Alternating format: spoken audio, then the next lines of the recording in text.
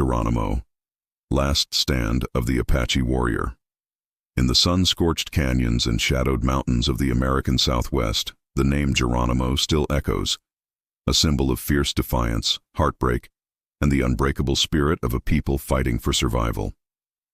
For the Chiricahua Apache, he was more than a leader or a medicine man. He was the last warrior to challenge the might of the United States on his own terms, refusing to surrender until every path of resistance had been exhausted. A legend forged in tragedy.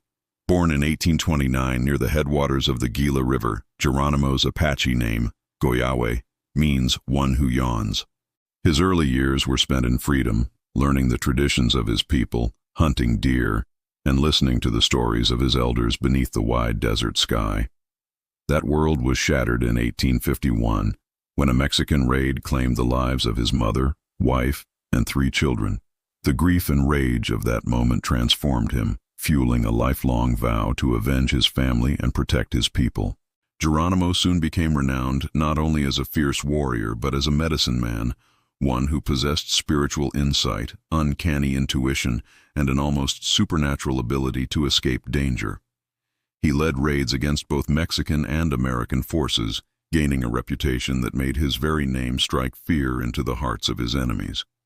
Battling the onslaught, a life of resistance. As American settlers poured into Apache lands, the U.S. government began its campaign to confine native peoples to reservations. Treaties were made and broken, and soldiers were sent to enforce the new order. For the Apache, whose lives were intertwined with the land's mountains, rivers, and deserts, these policies threatened not only their freedom, but their very identity. Geronimo refused to accept this fate. Again and again, he and his followers escaped the harsh confines of the San Carlos Reservation in Arizona. They took to the wild, using their unrivaled knowledge of the land to evade capture, striking swiftly at military outposts and then vanishing into the mountains. For nearly a decade, the Apache resistance under Geronimo's leadership confounded the U.S. Army. He became a master of guerrilla warfare, leading small bands of warriors, never more than a few dozen, against overwhelming odds. His ability to survive and fight against more than 8,000 U.S. and Mexican troops became legendary. The newspapers called him a phantom, a ghost, and the worst Indian who ever lived. To his own people, and to many others, he was a symbol of resistance and a hero.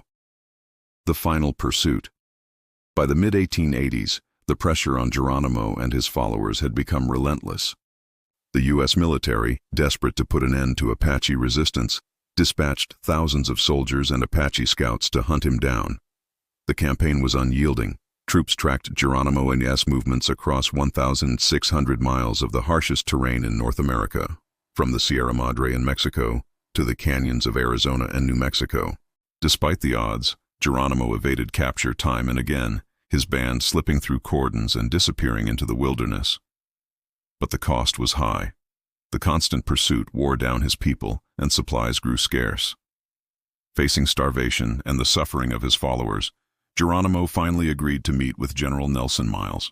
On September 4, 1886, Geronimo became the last Native American leader to formally surrender to the U.S. military. With only 16 warriors and 14 women and children by his side, he laid down his arms at Skeleton Canyon. It marked the end of the Indian Wars in the Southwest and closed a chapter of resistance that had lasted for centuries.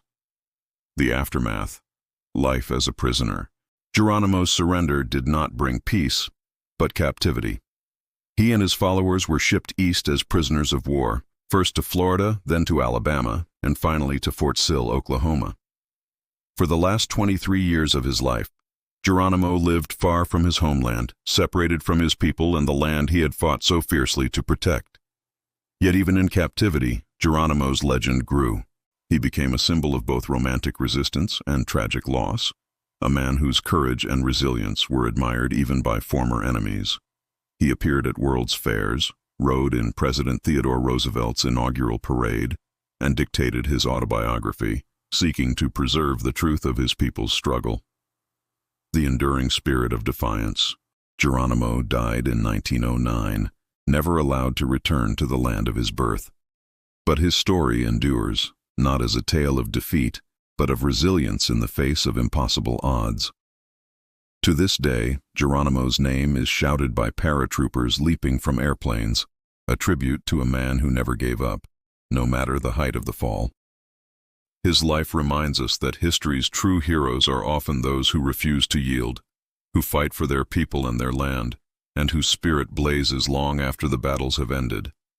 Geronimo's legacy is not just one of resistance but of hope and dignity, a reminder that the will to be free and the courage to defend what matters most can never be fully conquered.